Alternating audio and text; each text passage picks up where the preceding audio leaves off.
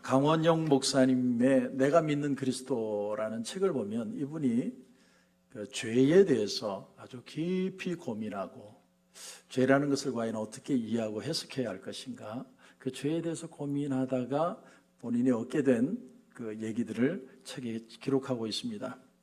일반적으로 많은 그리스도인들은 죄 그러면 어떻게 이해를 하냐면 도덕적인 사고방식이 깔려 있습니다. 죄를 해결한다는 것은 하나님이 함께 하심보다는 내가 어떻게 하면 의롭게 살아서 이 죄를 해결할 것인가를 사람들은 생각한다는 것이죠. 하지만 엄밀히 말하면 그것은 신앙이 아니라는 것입니다. 갈라디아서 5장 4절에 보면 율법 안에서 의롭다함을 얻으려 하는 너희는 그리스도에게서 끊어지고 은혜에서 떨어진 자로다. 바울이 이렇게 표현합니다. 사람이 내가 도덕적으로 착하게 살려고 애를 쓰면 쓸수록 죄를 짓지 않기 위해서 그렇게 하는 건데, 결과론적으로는 그렇게 애쓰고 발버둥 친 것이 오히려 죄가 없어지는 게 아니라 죄가 더 커지더라, 이런 얘기입니다. 가톨릭에서는 신부나 수녀가 되기 위해서는 아주 깊은 수도원에서 혹독한 훈련의 과정을 거친다고 합니다. 그 기간을 지나야 신부가 될 수 있고 수녀가 될 수 있습니다. 저는 그게 참 아름다운 행동이라고 생각을 합니다. 그런데 말틴 루터는 그런 하나님 앞에 수도원에서 죄라는 이 내게 다가온 정신적인 영적인 문제를 스스로 닦아내려고 얼마나 노력을 했는지 몰라요. 심지어 자기가 고해를 하기 위해서, 고해 성사를 하기 위해서 왔을 때 신부가 하는 말이 이제 그만 좀 와라. 그런 죄는 죄도 아니다. 이렇게 표현할 정도로 말틴 루터는 하나님 앞에 죄를 고백했지만 죄 문제를 해결할 수 없었습니다.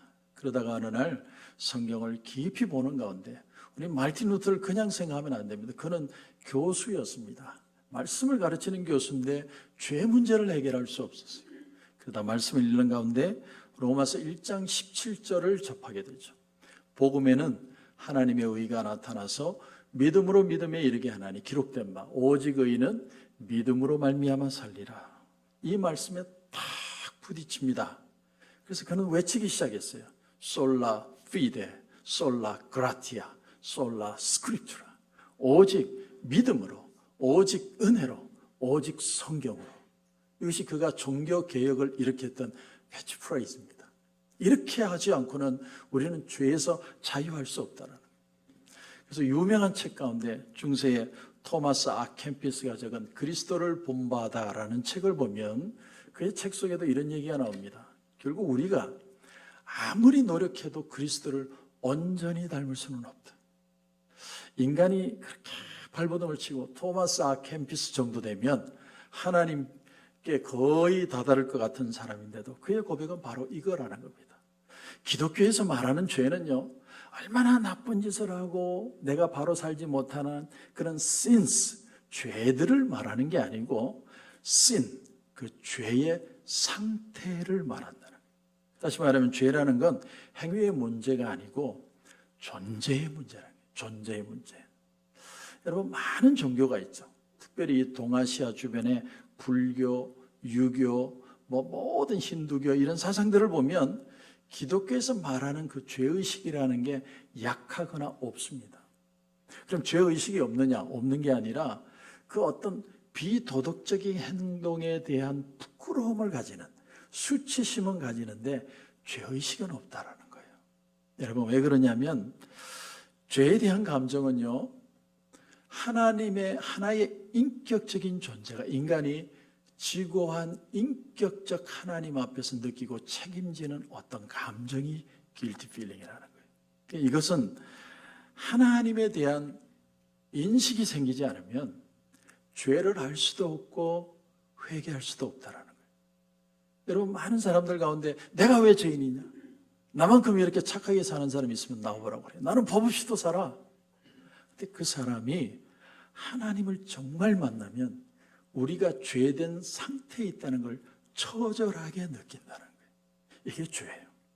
여러분, 왜 자꾸 죄 그러십니까? 이 정도로 성실하게 살고 순수하게 살면 되지. 왜 목사님 자꾸 죄를 회개하라고 얘기하십니까?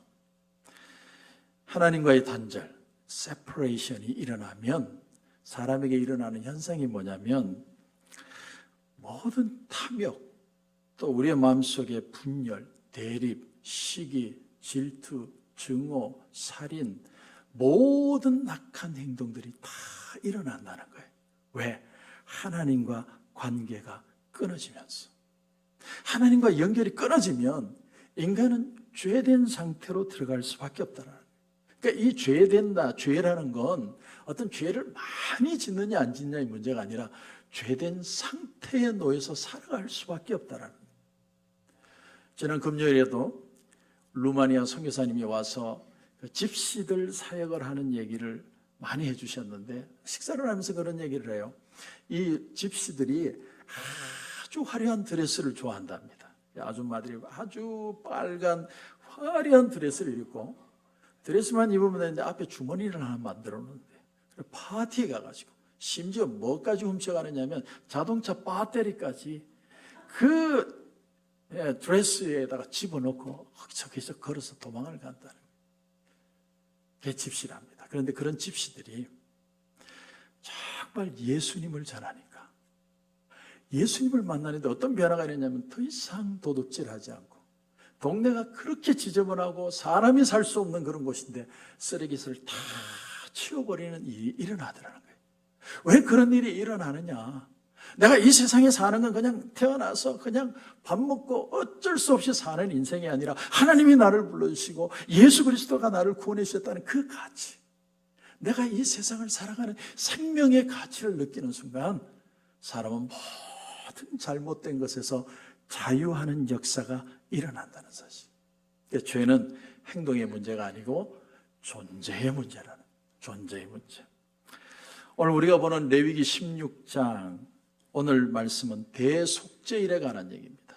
대속죄일을 히브리어로 욤키푸르라고 합니다. 욤키푸르의 뜻이 뭐냐면 덮음의 날이라는 거예요. 덮음의 날. 이 키푸르라는 단어의 명사형이 카파르인데 카파라의 뜻이 이 커버, 영어의 커버라는 뜻입니다. 그러니까 모든 걸 다 덮는다는 거예요. 덮는 날이, 다시 말하면 하나님께서 이스라엘 백성들의 모든 죄를 다 덮어주신 날이 대속죄일이라는 거예요. 여러분, 레위기서의 가장 중요한 핵심장이 16장이에요. 그래서 마치 남자 양복을 어디를 탁 들어 올리면 착 옷이 모든 게 잡히는 것처럼 그 핵심이 레위기 16장입니다. 근데 이 16장의 핵심 중에 또 핵심이 뭐냐면 바로 지성소라는 개념입니다. 지성소. 그래서 오늘 이 지성소가 주는 미닝이 뭔지 제가 여러분과 영적인 의미를 세 가지 정도만 생각해 보고 싶습니다. 첫째는 지성소는 어떤 의미가 있냐면 우리 삶에 개인적인 지성소가 있어야 된다. 사람은 다 개인적인 지성소를 가지고 하나님 앞에 살아야 됩니다. 지성소라는 단어가 히브리어로는 생뚜아리라는 단어입니다. 생뚜아리. 생투아리가 생추어리가 되었습니다. 이 지성소라는 의미에서 생추어리라는 단어가 나왔습니다. 그래서 여기는 성역 이런 뜻입니다. 도저히 양보할 수 없는 거룩한 곳이라는 거예요. 저와 여러분이 하나님 앞에 사는데 항상 이 생뚜아리의 장소가 필요하다는 거예요. 그럼 이 생뚜아리의 장소를 가지고 산다는 게 도대체 뭐냐? 여러분, 아브라함의 삶을 통해서 우리가 발견할 수 있는 것은 창세기 22장 2절에 네 아들 네 사랑하는 독자 이삭을 데리고 모리아 땅으로 가서 내가 내게 일러준 한 산 거기서 그를 번제로 드리라. 이 말씀이 임한 그 자리가 생뚜아리의 자리입니다. 하나님과 아브라함만 있는 거예요. 그래서 심지어 아내한테 말하지도 않았어요. 자기 아들 이삭이 야, 너 지금 이제 번제로 드려질 거니까 각오하고 쫓아와, 그런 말 안 합니다. 하나님과 아브라함만 있어요. 아무도 없고 주변에 누구도 방해하지 않고 하나님과 나만 만나는 그 자리가 하나님의 말씀을 듣는 자리였다는 사실이에요. 여러분, 목사에게도 지성소가 있습니다. 목사의 지성소는 말씀을 준비하는 시간입니다. 저는 새벽 기도가 마치고 나면 그 시간부터 11시까지는 제가 개척 시작하면서부터 선포했습니다. 이 시간에는 사람을 만나지 않습니다. 아침에 사람을 만나고 아침에 교제하면 얼마나 좋겠습니까? 그러나 저는 가장 중요한 시간을 하나님과 만날 겁니다. 말씀 준비하고 책 읽고 기도하고. 그래서 정말 특별한 일이 아니면 그 시간은 저는 제 서재에 있습니다. 개척 초기에부터 지금까지요. 근데 이게 쉬웠느냐? 결코 안 쉬웠어요. 저는 야행성을 가진 사람. 밤 12시까지 잠이 안 와요. 아무리 자려고 해도 잠이 오죠. 그 새벽 4시 반에 나와서 아침에 얼마나 피곤합니까? 그런데도 그것을 습관을 만들려고 16년을 애를 썼어요. 그러니까 어느 순간에 내 마음속에 가장 편안한 자리가 이 자리가 됐어요. 어디 가도 공휴일이 되고 별일이 다 있어도 나는 그냥 제일 그리운 자리가 내 서재가 되었습니다. 여러분, 하나님이 홀로 거하시고 여러분을 만나는 생투아리의 자리를 반드시 만드시기를 주님의 이름으로 축원합니다. 우리가 세상을 향해서 손을 벌리고 세상을 해 나가야 되지만, 그러나 이 교회는 정말 신앙의 울타리가 필요해요. 울타리가 있어야 돼요. 내 신앙이 흔들리지 않고 하나님 앞에 있고 딱 설 수 있는 그 구별, 그 경계, 그게 바로 하나님 앞에 구별된 이 지성소의 자리라는 거예요. 저는 하영조 목사님의 그 설교를 참 좋아합니다. 저 깊은 바닷속에 고기를 잡아서 배를 갈라보면 그 배가 짜지 않다라는 거예요. 깊은 바닷속에 있는데 짜지 않아요. 그 구별성이 거룩해요. 이 세상 속에 살고 이 세상에서 믿는 자들로서의 삶을 사는데 이 세상에 물들지 않는 우리의 울타리, 하나님을 만나는 지성소의 자리라는 거예요. 우리가 모인 이곳은요, 바로 하나님을 만나는 장소고 회개를 하는 곳이고 하나님께 부르짖는 자리예요. 그러므로 이 성전에 들어온 이 생추어리의 미닝을 다시 한번 회복해야 됩니다. 근데 오늘 말씀에 여러분 1절을 보시면 이렇게 나옵니다. 아론의 두 아들이 여호와 앞에 나가다가 죽은 후에 여호와께서 모세에게 말씀하시니라. 나답과 아비후라는 두 아들이 제사장이 됐습니다. 하나님이 부르신 거예요. 하나님이 그들을 불러서 제사장 위임식을 7일 동안 해서 짐승 다 잡고 완전히 목사로 세웠는데 한 방에 날려버리신 거예요. 왜? 하나님 앞 번제단에 불을 들이지 않고 다른 불을 들이다가 그들은 한 번에 죽음을 당합니다. 여러분, 지성소는 거룩한 곳입니다. 이 말씀이 우리에게 주는 교훈이 뭐냐면, 우리는 우리의 공로로, 우리의 어떤 애씀으로 하나님 앞에 가는 게 아니라 하나님 앞에 순종의 믿음으로 나가는 것이다. 하나님의 말씀에 정말 순종할 수 있느냐. 그리고 우리 자녀들에게 순종을 가르쳐야 돼요. 예수 믿는 걸 가르쳐야 합니다. 아빠 난 내 마음대로 살 거야. 엄마 왜 그렇게 나 건드리지 마. 그럼 우리는 자녀들 사랑하니까 그냥 넘깁니다. 하지만 우리는 가르쳐야 돼요. 예수 믿는 것이 왜 중요하고 하나님 앞에 사는 것이 왜 중요한지를 가르쳐야 돼요. 결국 하나님 앞에 이스라엘 백성들에게 우리에게 원하시는 게 뭐냐면 다른 게 아니라 우리의 모든 반항적인 기질, 우리의 세상적인 것들을 내려놓고 하나님과 하나가 되는 거예요. 우리가 하나님 안에 있고 하나님이 우리 안에 계시는 역사, 이것이 바로 지성소의 개념이라는 거예요.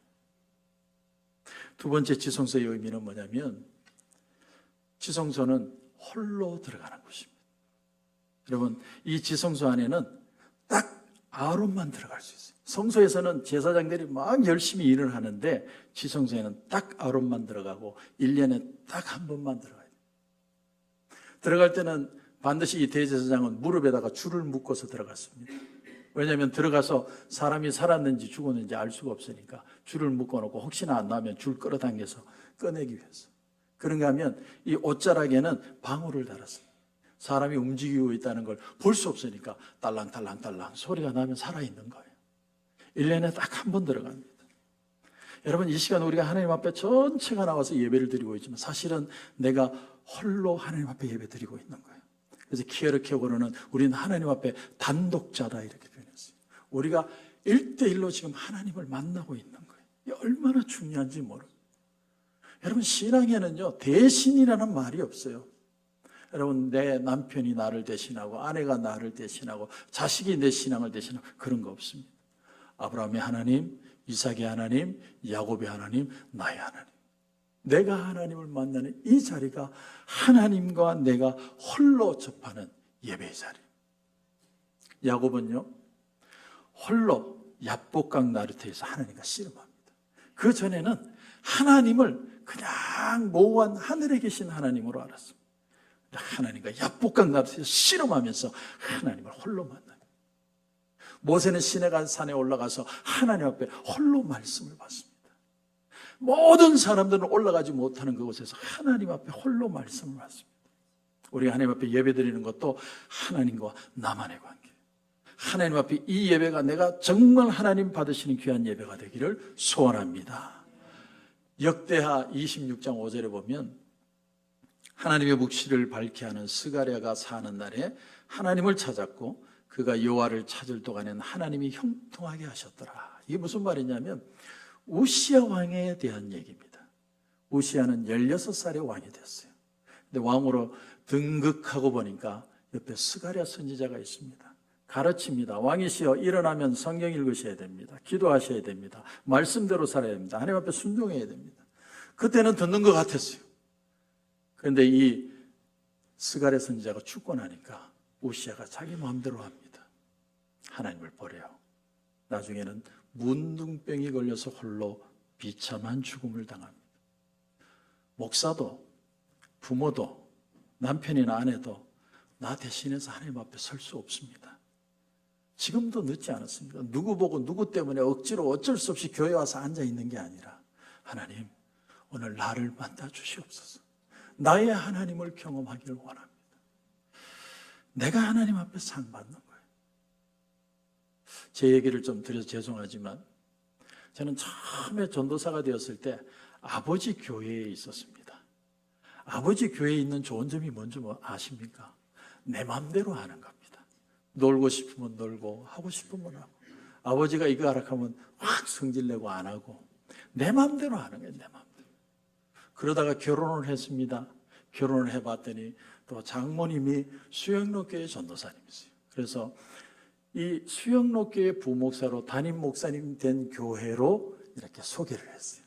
그때 제가 깨달은 게 뭔지 압니까? 아, 사람은 이렇게 얹혀서 사는 거구나. 그렇게 됐어요. 그때 2년을 그 교회에서 사역을 하는데 정말 힘들었습니다.